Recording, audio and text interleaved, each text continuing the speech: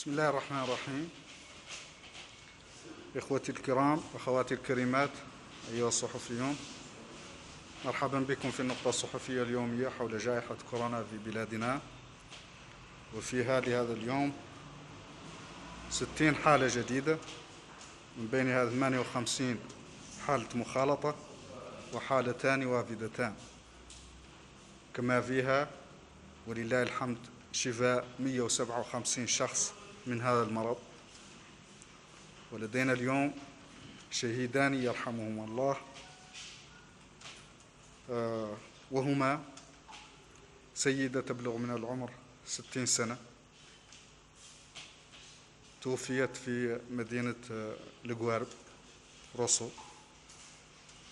بالبيت، وهي مصابة بمرض مزمن أصلا هو قصور في الكبد، وعند فحصها بعد الوفاة تبين أنها كانت مصابة بكوفيد. الشهيد الثاني هو رجل يبلغ من العمر 73 سنة رحمه الله، كان في مستشفى أمراض الكبد والفيروسات، ولديه بالإضافة لمرض كوفيد لديه مرض السكري، وكذلك قصور في القلب. وقد فقدنا هذان الشهيدان ونترحم على أرواحهما، ونسأل الله أن يتقبلهما في العليين.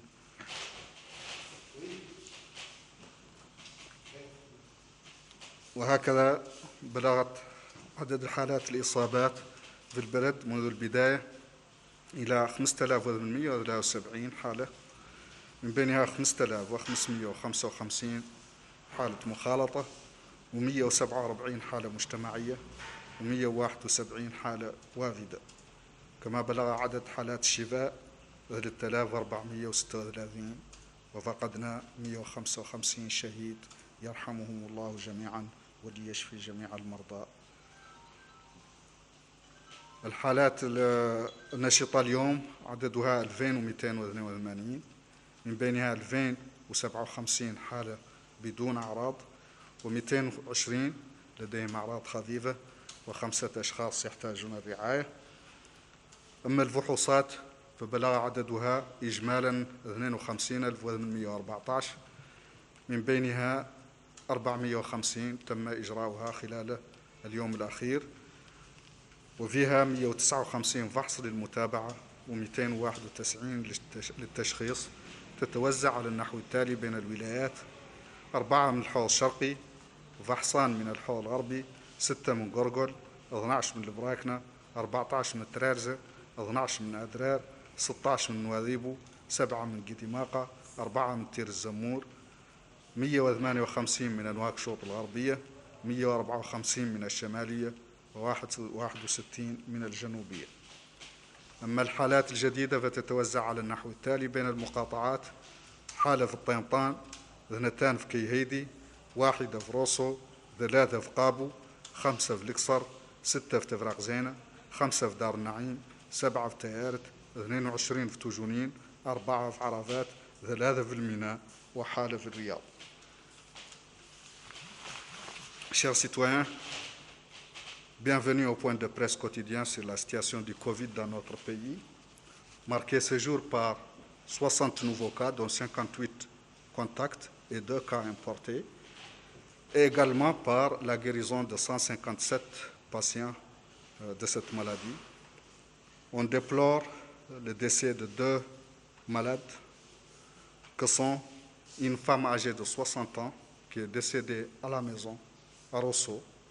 C'était une femme qui avait une insuffisance hépatique avec une cirrhose de foie et qui a été testée positive au Covid après son décès.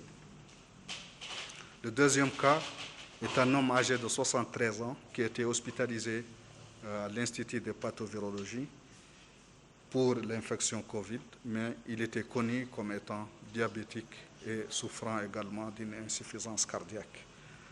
ليرحمهم الله الاثنان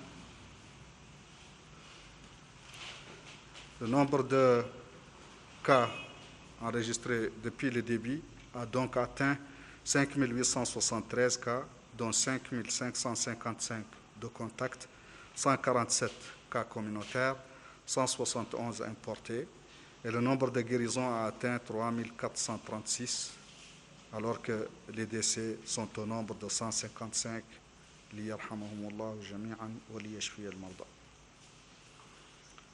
Les cas actifs au jour d'aujourd'hui sont au nombre de 2282, dont 2057 sans signe, 220 avec des symptômes légers et 5 nécessitant un suivi rapproché. Le nombre de tests globalement a atteint 52 814, dont 450 effectués au cours des dernières 24 heures, 159 de suivi et 291 de diagnostic répartis comme suit entre les régions. 4 au Hod Sharqi, 2 au Hod Al-Gharbi, 6 au Gorgol, 12 au Brakna, 14 au Trarza, 12 à Nadrer, 16 à Nouadhibou, 7 au Guidimaka, 4 au Tirzamour, 158 à Nouakchott-Ouest, 154 au nord et 61 au sud.